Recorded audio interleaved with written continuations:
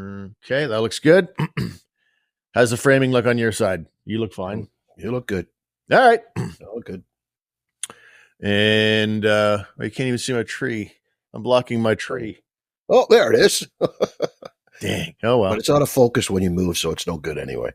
It's out of focus? When you move, the tree's out of focus. Oh, right. Yeah, true. So long as I'm in focus, that's all. You're good. You're good. Go, man. And we're rolling. Ladies and gentlemen, welcome to another episode of the Jim K. Ford Sens Nation podcast. Coming up today, the Sens are done with 2024. We're recording this the day before New Year's Eve, but the Sens are off now until Thursday and Friday as they continue that road game or that road trip that has basically 3 trips within it, but we'll talk about how it's gone so far. The state of the nation as far as goaltending goes, it's weird right now. Big time line shuffles, some healthy bodies coming back at practice, and a whole lot more here on the program. Thank you for joining us, and happy holidays to you. It is Steve along with the coach, Greg Kennedy. Greg, how are you today? I'm good, Steve. In case I forget at the end of the show, Happy New Year. Even though we know we're a couple. Happy New Year to you. Let's say it now, right? Good. All good. Yeah, you've got a nice holiday Hockey Canada red on right now for our YouTube viewers. Unfortunately, your camera is making it look more like Hockey Canada pink at the moment. Yeah, it's one of those women's jerseys. Remember the first women's worlds that were held here in Ottawa, and the jerseys, the sweaters had pink. Yeah. No, it is red, folks. It is red. Steve's going to fix it in post, aren't you? Yes. We'll try.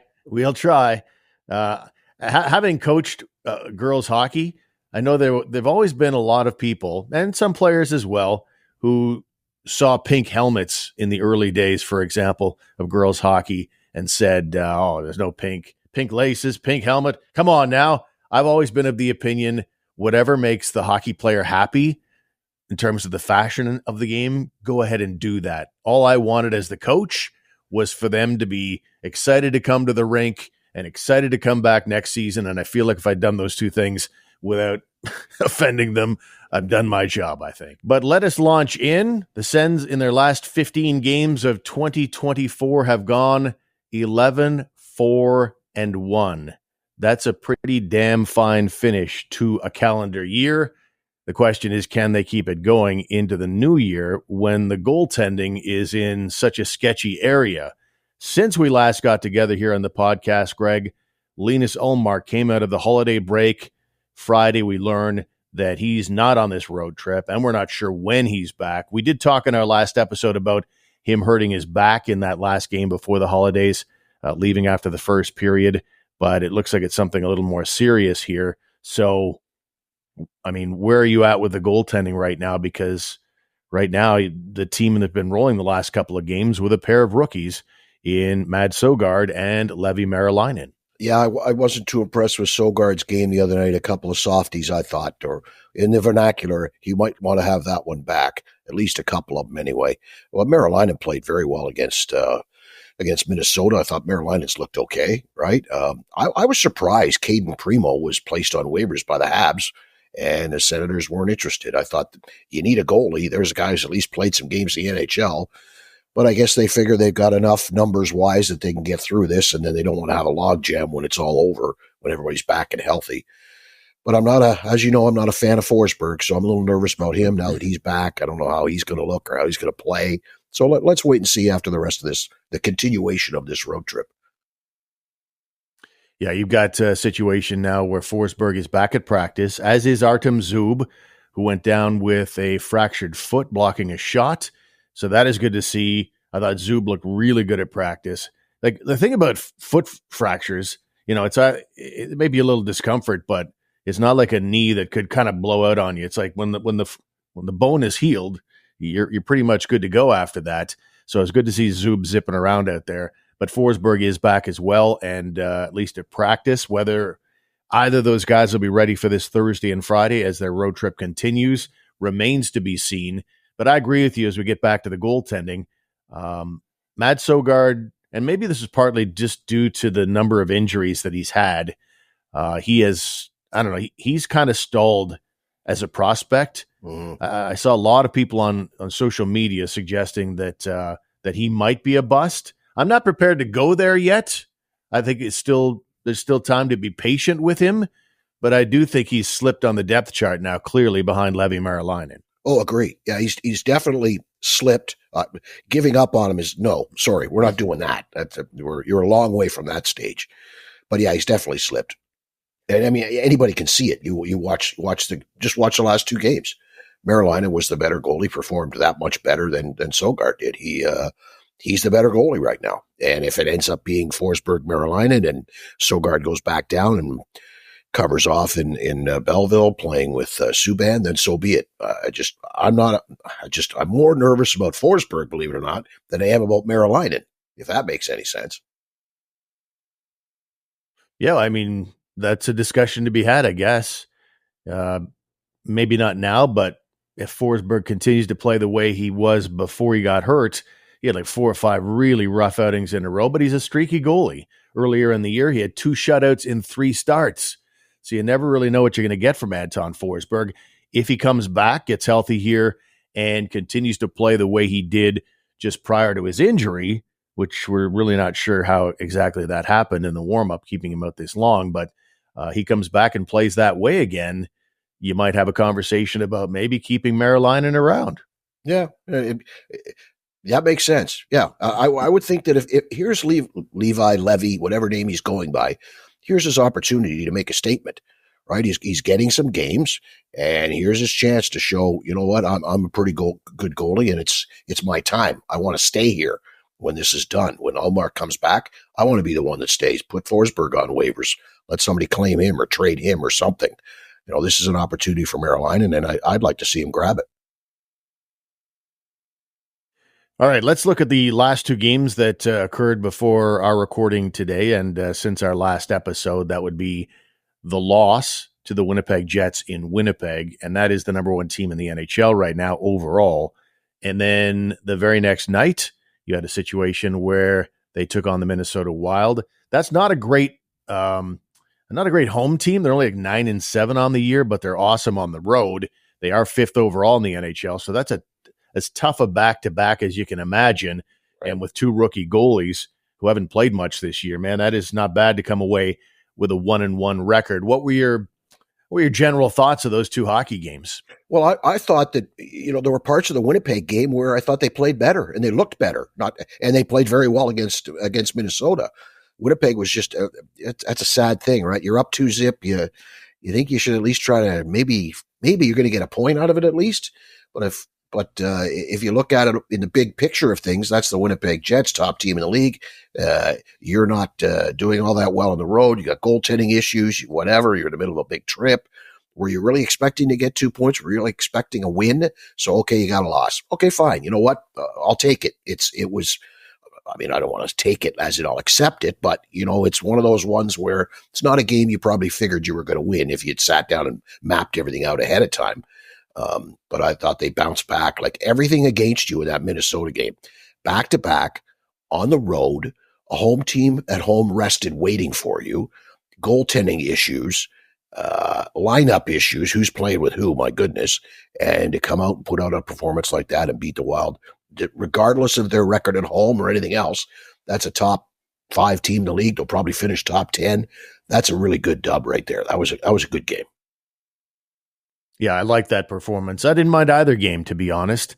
You deal with, in both games, you've got a tie score after 40 minutes. In the first game against Winnipeg, then you had some glitchiness that led to those 2 goals that allowed the Jets to win that one 4-2. But it's always hand in hand. There's no question there's some level of symmetry between a team's poise and how their goalie's playing, and it was a scattered performance, I thought, from Sogard. Whereas Marilainen, while he did get some help from his goalposts, 4 or 5 crossbars and goalposts, I thought he was more stable back there, and thus there were less glitchy moments and fewer scoring opportunities for Minnesota. So I think that was the difference in the hockey game, not to mention Connor Hellebuck versus, I mean, they're talking, you look at everything Linus Ullmark did in December, Connor Hellebuck's doing the same thing. His record in December has been outrageous, like 8-0-1 or something. And so you couldn't have a bigger disparity in goal. So for the game to be close for as long as it was against the Jets, I think that's a testament to the better play of the Sens of late. but it did get glitchy in the third period. Let us go to Travis Green and hear what he's had to say over the last couple of days. A huge plus, obviously. It just filters through, right? The enthusiasm when you get two veterans back. Yeah, guys are always excited when they know how hard guys work when they're out, and not only physically but mentally. It's hard when you're out. Your teammates are always happy for you when you come back. Speaking of veterans, 22 minutes for Travis Hamonic last night. Yeah. I think 8 shot attempts on goal here. You're getting the most out of him, I think. He's playing good. We're asking a lot out of Hammer. He's playing in a top 4 role against best players in the world. Him and Sandy go head to head. And you know what? That pair was great. Really good last night. They're really good in Winnipeg as well. It's good to see. What is it about his game that's working here right now? He's just a great pro. He's smart, understands the game, understands certain areas of the rink, simplifies things when he has to, and knows, he also knows his own game as well.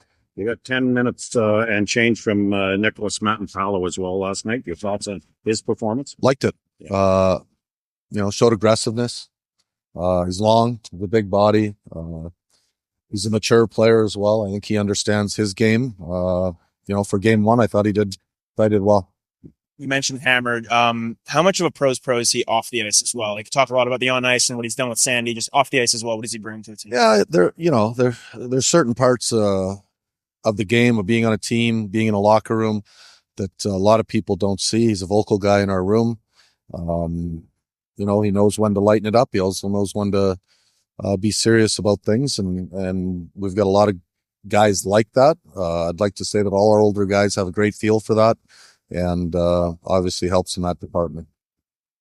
A 9-3-1 month of December, strong month going into the new year. Just what are some keys for this team to try and take into the new year? Yeah, just keep playing game by game. We've played some good hockey of late, but whether you win, whether you lose, we talk about it a lot. We reset, and you get ready to do it the next night, and hopefully the way you play becomes your habits and your traits, and it slowly evolves into that's what you are as a team. After a win like last night, do you have to remind the players that, and you've said this in the past, you're never as bad as you think you are, and you're never as good as you think you are? Yeah, I think we're getting past that a little bit. It was a hard-fought hockey game last night. That's a good hockey team over there. They probably feel very similar to how we felt after the Winnipeg game.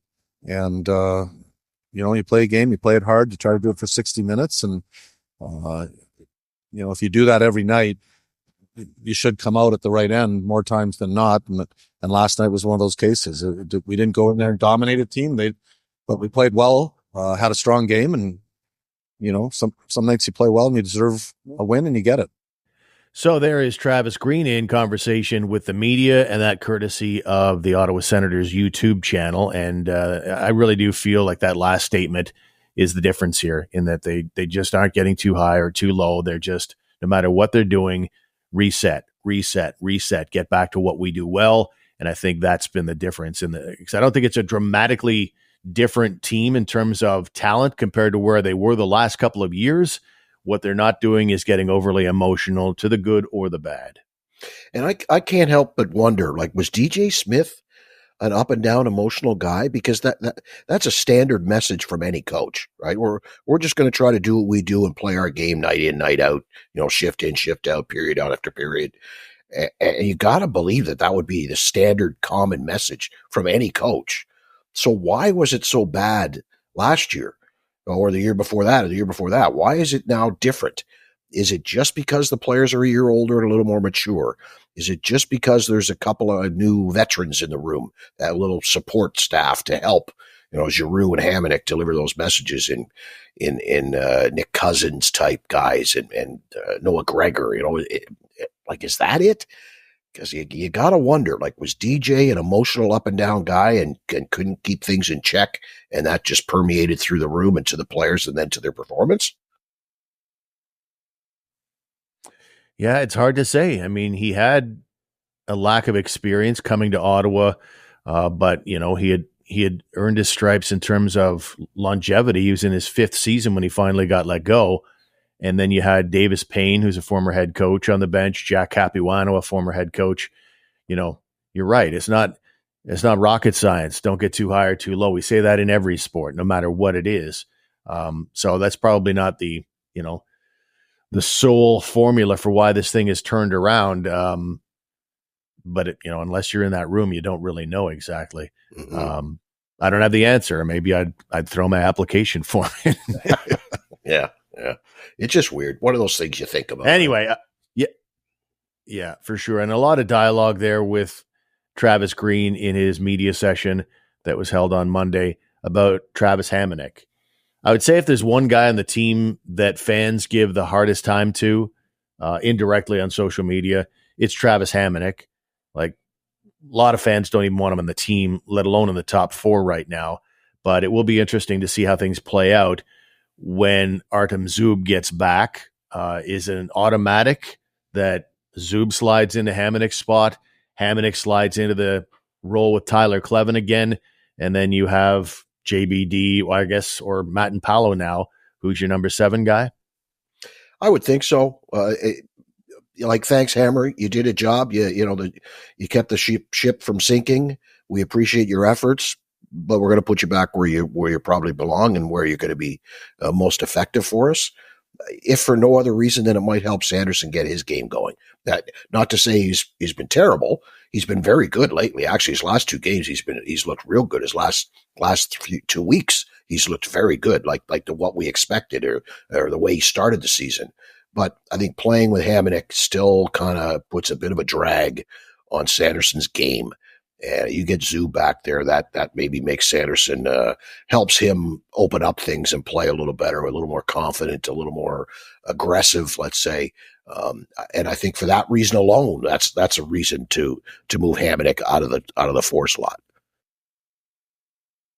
Yeah, I mean, if Nick Jensen had been with Jake Sanderson all season long, I think we're talking about Sanderson going to the 4 Nations, because you can trace a lot of Sanderson's issues back to the first time Zub got hurt. Like, out of the gate, Sanderson had 7 points in 4 games, and then the first Zub injury happened, and he's just been disjointed compared to the Jake Sanderson even going back to last year. He's had some blips of late where you go, okay, there he is, and then it's been inconsistent. It's not been the kind of season that I think people expected out of Jake Sanderson, but he's in a point where if you want him to be producing offensively, then you really need a Nick Jensen type riding shotgun, because Jake Sanderson is trying to carry that load as the number 1 defenseman, doing all the things that he's expected to do, but he's also trying to mop up a little bit for his partner right now, Travis Hamonic. So I expect him to be a lot better defenseman when Artem Zub gets back in there. Up on the housetop. Oh, hey. It's Steve here for Celebrate.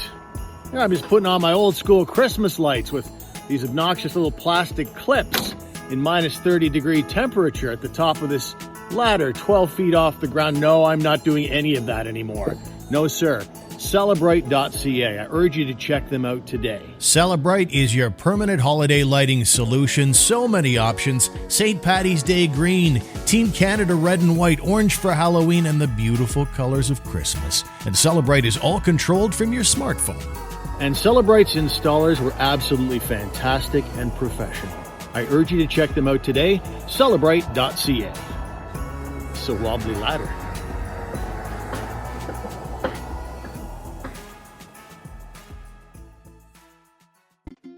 This is Ryan. Ryan would love to start his own podcast as a fun way to create content for all his platforms, to better connect with his customers and build a new audience. But Ryan isn't great with technology, and he has a lot of questions. What's the easiest way to record a high-quality podcast? Does he need to travel to a studio? What equipment will he need? How does he get his podcast online? What if he has an out-of-town guest? Capital Podcast had all of Ryan's answers. After a free consultation, we took care of everything for him. All Ryan had to worry about was jumping on the mic and starring in his own show. He's recording this week's episode right from his office. His expert guest this week is one of his customers who's in a Chicago hotel room. And Capital Podcast is online with them, making sure the final product is perfect. Easy, convenient, professional. Contact us today and star in your own show with capitalpodcast.ca. Now, what about all the line changing up front, Steve? A lot of mismatch juggling going on there. Yeah, there sure is. Well, here, let me blow through what they had in Winnipeg. Okay. And forgive me on YouTube for looking away at the computer screen here because I haven't memorized the lines.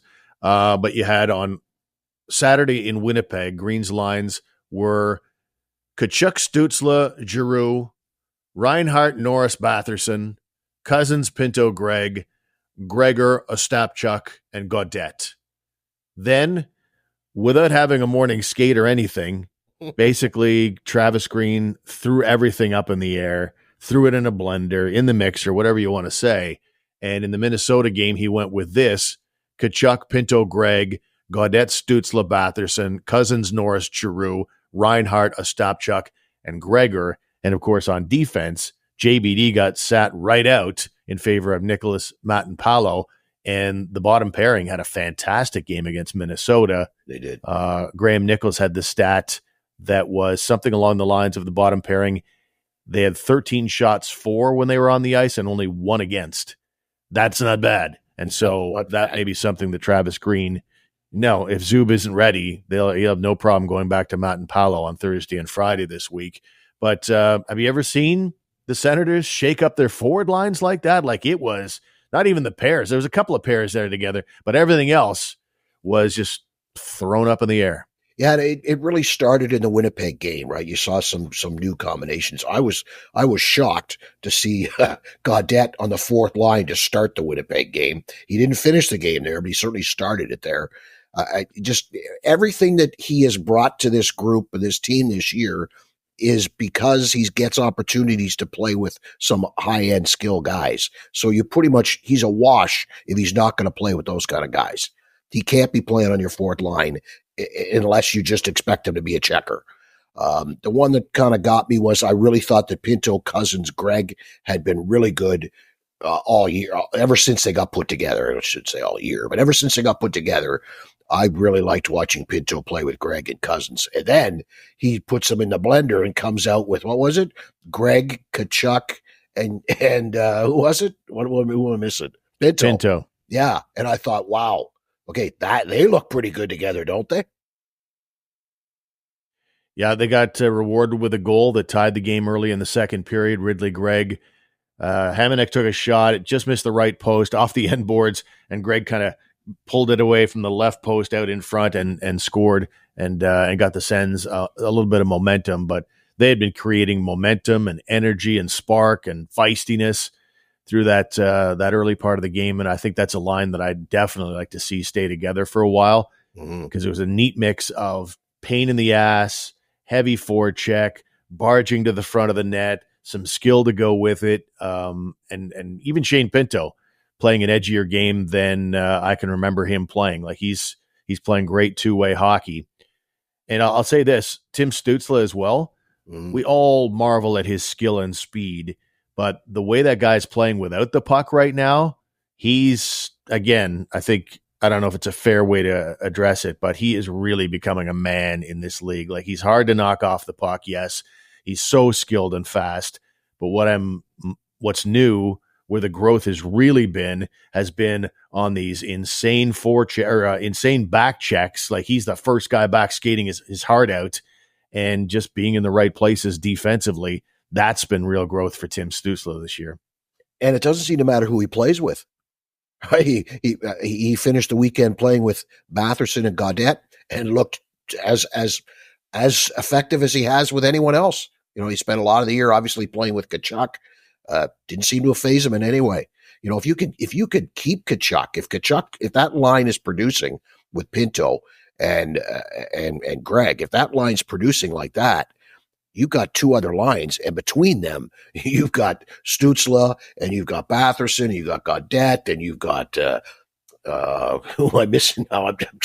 I'm Giroux. You know, those other two lines. That's where your offense is going to come from. That's where you're going to draw attention from checking lines, and then you got another line with Brady Tkachuk on it. He's not playing with other high end guys. Like it just spreads things out, but doesn't spread it out so thin that you end up with a line or two that do nothing offensively. This way, the way it's it's spread out. You've got at least 3 lines there that can contribute offensively.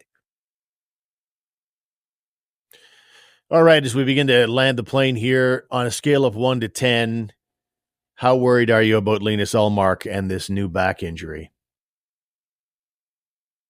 7. I'm not a 10 over the moon 10, but it's certainly not a 1 or a 2. It's over half. Like, let's see how much longer it takes before he's back skating like that. Let's at least see him skating a little bit. That's the part that's concerning. Like, you can have a back injury, but still go out and take a lap or two once in a while, skating on your own, that sort of thing. But he hasn't done a thing since he's been out of the lineup. So yeah, I'm a 7. What are you at? I'm a 7 or an 8. I'd say it's quite a contrast from where we were in the last episode, because in the last episode he had just pulled himself after the first period in the final game before the holidays, and we're thinking, oh, it's just back tightness they reported, right? Nothing big, and now it's suddenly keeping him out minimum 5 games. He's not on the road trip, and so we'll see. But I always worry about back problems. They're always so tricky. Goalie in his early 30s, and if it was just a 1 or over the holidays, it clears up. Then you go, okay, it's run of the mill, kind of just back tightness. But this is more than back tightness. I think this is something, and we didn't get a full story going back to training camp on what Ullmark's issue was. There was some discussion of lower body. Well, what's the back exactly? Could be middle of the body, lower. I don't know. What do you qualify it as?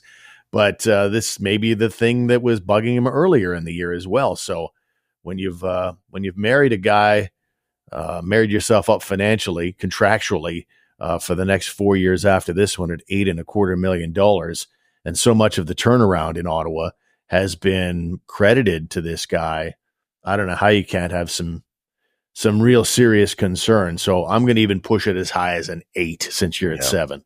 Yeah. I'm okay with that. I just think that with the bits and bytes, everyone's a whole new ball game goaltending situation right now. So far, we're okay. As long as one of them is good enough, then we're okay.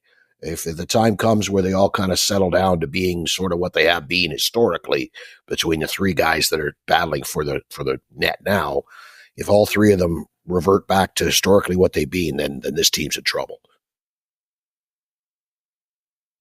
You can't get bored eating Bits and Bites snacks because your mouth never knows till it's all over. Bits and Bites by Christie. Every handful is different. Yeah. A whole new ball game. See, you'd have to be a certain whole new ball game. You have to be a certain vintage to appreciate that. I apologize. My son's been yelling through the entire last 5 minutes of the program here. I'm not sure you're getting that. I think it's impossible not to get it. But you know what? I'll sound gated out. It'll all be good. So the Senators are back in action on Thursday in Dallas and then on Friday in St. Louis. Predict the goalies for us. What's going to happen on Thursday and Friday? Wow. Well, I think Merrilainen gets Thursday. I'm assuming that, if Forsberg's ready, he plays Thursday. If Forsberg's not ready, then it's Merrilainen. If Forsberg's not ready at all, then I'd really like to see Merrilainen get both of them. That's just me. Yeah, I'm going to go Merrilainen Thursday, give Forsberg another day, and an easier opponent on Friday. Right now, Merrilainen's got some confidence,